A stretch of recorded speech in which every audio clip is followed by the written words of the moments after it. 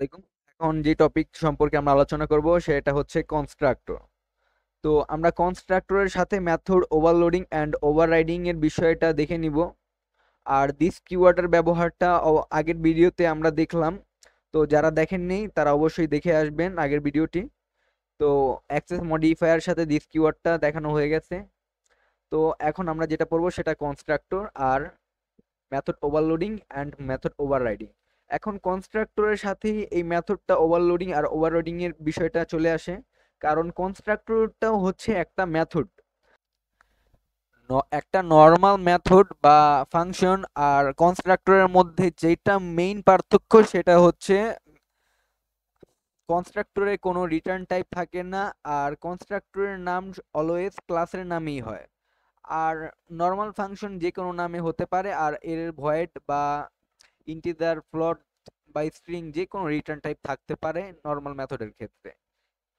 তো এখন আমরা ইমপ্লিমেন্টেশনের থেকেই শুরু করব।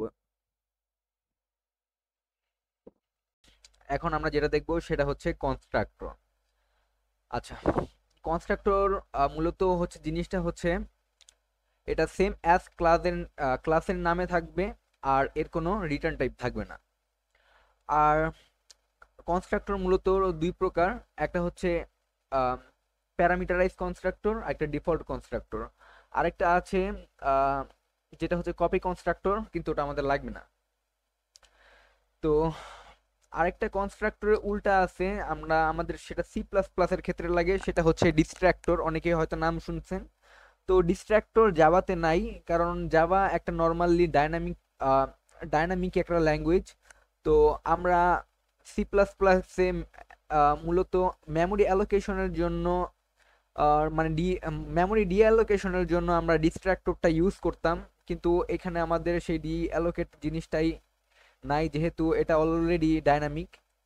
তো এত কিছু দরকার নেই আমাদের। তো আমরা কোডটা শুরু করি। প্রথমে আমরা দেখব ডিফল্ট কনস্ট্রাক্টর। তো আগেই আমরা বলে নিয়েছিলাম যে আমাদের কনস্ট্রাক্টর হচ্ছে সেম অ্যাজ ক্লাসের নেম। তো আমি ক্লাসটা কপি করে এখানে পেস্ট করে দিলাম। তো স্টুডেন্ট ওয়ান, এখন আমি একটা মেথড ক্রিয়েট করব স্টুডেন্ট ওয়ানের। তো স্টুডেন্ট ওয়ান, তো এখন আমরা লিখব system dot out dot print L N. আমি আমার নাম দিয়ে দিই। ওকে, এখন আমার এখানে অবজেক্ট ক্রিয়েট করার পালা। তো অবজেক্ট ক্রিয়েট করার জন্য আমরা জানি এখানে প্রথমে ক্লাসের নাম হবে, এরপরে একটা অবজেক্ট হবে, এরপরে আমরা দিতে পারি নিউ, এরপরে আমার ক্লাসের নামটা। এখন যদি আমি এটা কোডটাকে 1 মিনিট, এখানে আমি দিয়ে দিই পাবলিক। ওকে, এখন যদি আমি এই মেথডটাকে রান করি, তো আমার নাম দেখাচ্ছে আরাফাত, কোনো সমস্যা নেই। এখন গেল হচ্ছে এটা ডিফল্ট কনস্ট্রাক্টর। এখন আমরা দেখব প্যারামিটারাইজ কনস্ট্রাক্টর। তো প্যারামিটারাইজ কনস্ট্রাক্টরের ক্ষেত্রে তেমন কিছু করা লাগবে না। জাস্ট আমি এটা কাটি, এটাকে কাটলাম। আর একটা আমি পাবলিক না প্রাইভেটই নেই, প্রাইভেট একটা ভ্যারিয়েবল নেই, স্ট্রিং।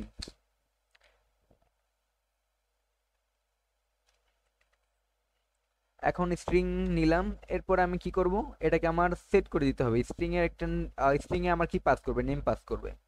তো আমার এখানে সেট করে দিতে হবে string, string string.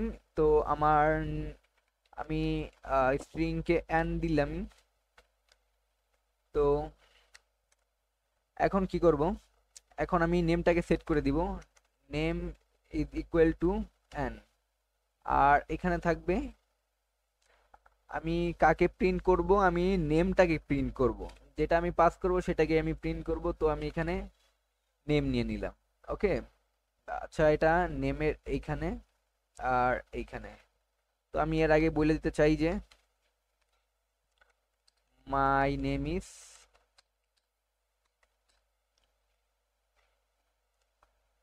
My name is plus. Okay, আমি এটা একটু বড় করে নিই। ঠিক আছে, মাই নেম ইজ নেম, আর আমি এইখানে আমার নামটাকে পাস করে দিব।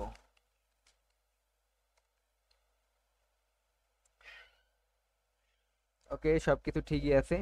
তো আমি এখন রান করি। তো মাই নেম ইজ আরাফাত। তো এটা হচ্ছে মূলত প্যারামিটারাইজ কনস্ট্রাক্টর।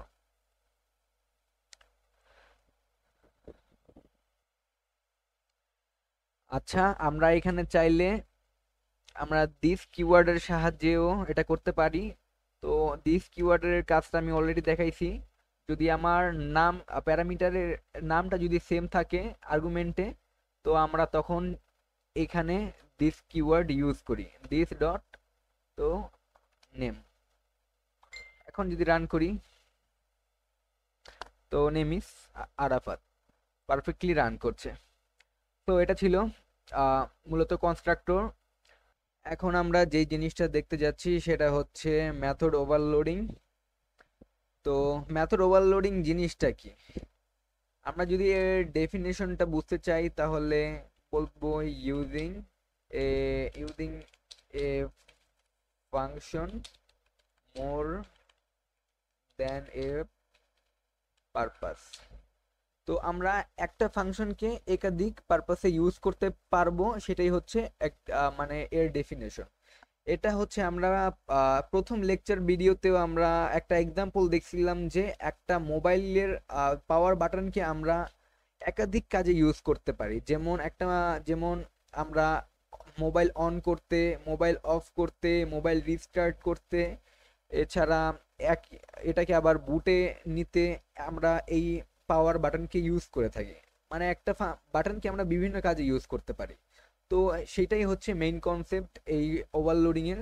তো আমরা এখন ইমপ্লিমেন্টেশনে যাই। তো এইটা আগের কোড, তো আমি আগের কোডগুলোকে রিমুভ করে দিই। না, রিমুভ করার প্রয়োজন হবে না। আচ্ছা, এখন এটার আমরা এই স্টুডেন্টের মাধ্যমে এক্সাম্পল দেখার চেষ্টা করি। তো এইখানে আমি এটা কেটে দিই। আচ্ছা, আমার এতটুক লাগবে। তো আমার প্যারামিটার এটা লাগবে, এটা কমেন্ট করে দিই। তো এখানে আমি লিখি এটা this is default constructor. Okay, this is default constructor. তো আমার যেহেতু কোনো কিছু পাস করছে না, তো আমার এখানে প্যারামিটার দেওয়ার প্রয়োজন নাই। ওকে, এটা ডিফল্ট কনস্ট্রাক্টর পাস করছে। এখন আমি আরো কয়টা অবজেক্ট ক্রিয়েট করি। Control C, control V, control V. এখন OB1 একটা ক্রিয়েট করি, OB2 একটা ক্রিয়েট করি। তো আমার এখানে এখন তিনটা অবজেক্ট আছে। একটি ক্লাসের মধ্যে এখন তিনটা অবজেক্ট আছে। তো আমি তিনটা অবজেক্টের জন্য আলাদা আলাদা পাস করব ভ্যালু।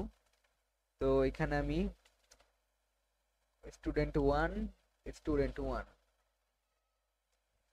ওকে, এখন আমি প্রথমটাতে পাস করব নেম অ্যান্ড এজ, 23 দিলাম। আরেকটাতে পাস করব সরি, এখানে একটা ভুল দিছে। নেমটা তো আমি যে কোনো নাম দিতে পারি। তো আমি আমার নাম দিলাম আরাফাত, আরেকটা র্যান্ডম নাম নিলাম XYZ। ওকে, তো দিয়ে দিলাম এজ 14। তো এখন এইখানে কি করবে? এইখানে হচ্ছে আমি স্ট্রিংটাকে নিব।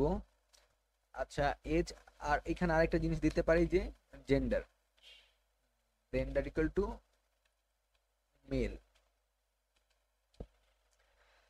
আচ্ছা, এখন এই ডিফল্ট কনস্ট্রাক্টর তো এটার জন্য এটাকে কল করবে, আর এইটার জন্য আমার এটাকে কল করা আবশ্যক। তো আমি এইখানে প্রথমে যেহেতু স্ট্রিং, তো স্ট্রিং নিব। আর এজ কত, এজটা হচ্ছে স্ট্রিং, আচ্ছা স্ট্রিং এ নিলাম। আর এজ কত, এজ হচ্ছে 23, তো আমি এখানে এজ নেই। এজটা যেহেতু ইন্টেজারে আছে তো সেহেতু আমি এভাবে নেই। আর এইখানে আমার কাজ করতে হবে মূলত, তো এখানে যদি আমি একটু সরাই নিই, দুঃখিত। আচ্ছা, name is name is plus A. আচ্ছা, এরপরে লিখবো আমরা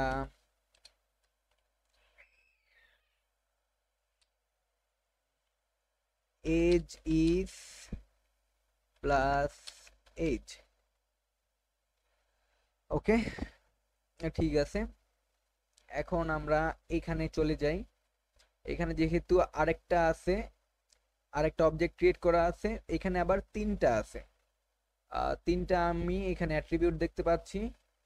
তো তিনটা অ্যাট্রিবিউটের জন্য একইভাবে এখানে নিতে হবে কন্ট্রোল সি আর কন্ট্রোল ভি। তো এইখানে একটা শুধুমাত্র জেন্ডারটা দেওয়া আছে, তো জেন্ডারটা যেহেতু স্ট্রিং এ আছে তো স্ট্রিং নিয়ে নিই, স্ট্রিং জেন্ডার। আর এখানে একইভাবে আমি এটা কপি করে নিচ্ছি, কন্ট্রোল সি, কন্ট্রোল ভি।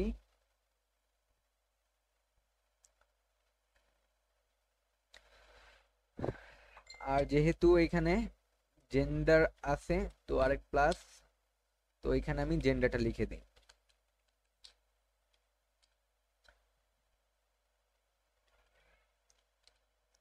আর জেন্ডার, স্ট্রিং জেন্ডার, তো কন্ট্রোল সি, কন্ট্রোল ভি। ওকে,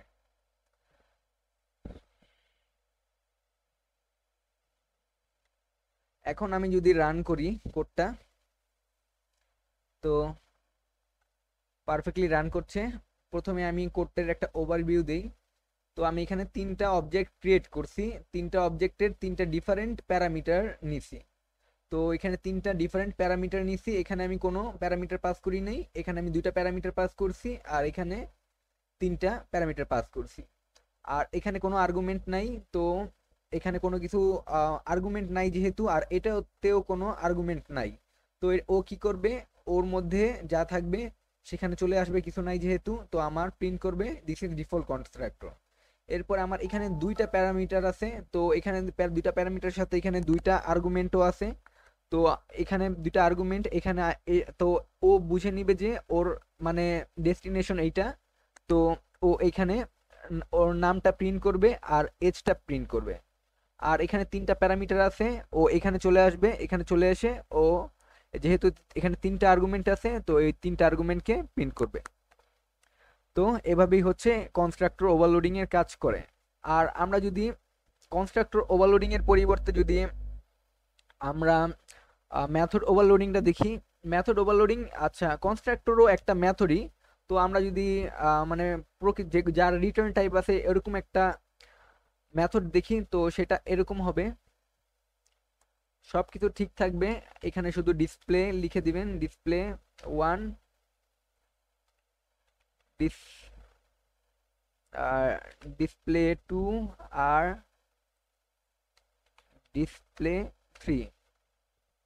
আর এর আগে হচ্ছে একটা রিটার্ন টাইপ দিবেন, রিটার্ন টাইপে আমি সবগুলো ভয়েড দিচ্ছি, যেহেতু এখানে আমার কোনো কিছু রিটার্ন করার প্রয়োজন নেই। তো এখানে আমি তিনটা কাজ শেষ। এখন আমি কি করব, একইভাবে ওবি ডট, আচ্ছা এখানে একটা ভুল গেছে, কারণ আমি বলতাছি ভুলটা কি। কারণ আমরা কি জানি ওভারলোডিং এর কনসেপ্টটা কি, using a function more than a purpose. তো আমার ফাংশনের নামগুলো অবশ্যই এক থাকা লাগবে, আলাদা হলে হবে না। তো ওবি ডট ডিসপ্লে,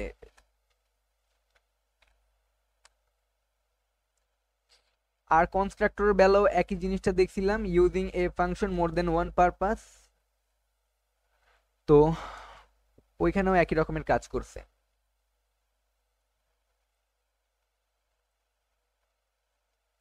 আর এইখানে যেইটা ইরোটা দেখাইছে সেটা হচ্ছে এইখানে কোনো কিছু যাবে না, যাবে হচ্ছে ডিসপ্লের আন্ডারে, যেহেতু এটা কনস্ট্রাক্টর ওভারলোডিং না, এটা মেথড ওভারলোডিং। আচ্ছা, এখন যদি আমি কোডটাকে রান করি, তো এই যে পারফেক্টলি রান করছে। সো এটাই ছিল কনস্ট্রাক্টর আর মেথড ওভারলোডিং এর কনসেপ্ট। তো ভিডিওটি ভালো লাগলে অবশ্যই লাইক করে দিবেন এবং ফ্রেন্ডদের সাথে শেয়ার করবেন। ধন্যবাদ সবাইকে।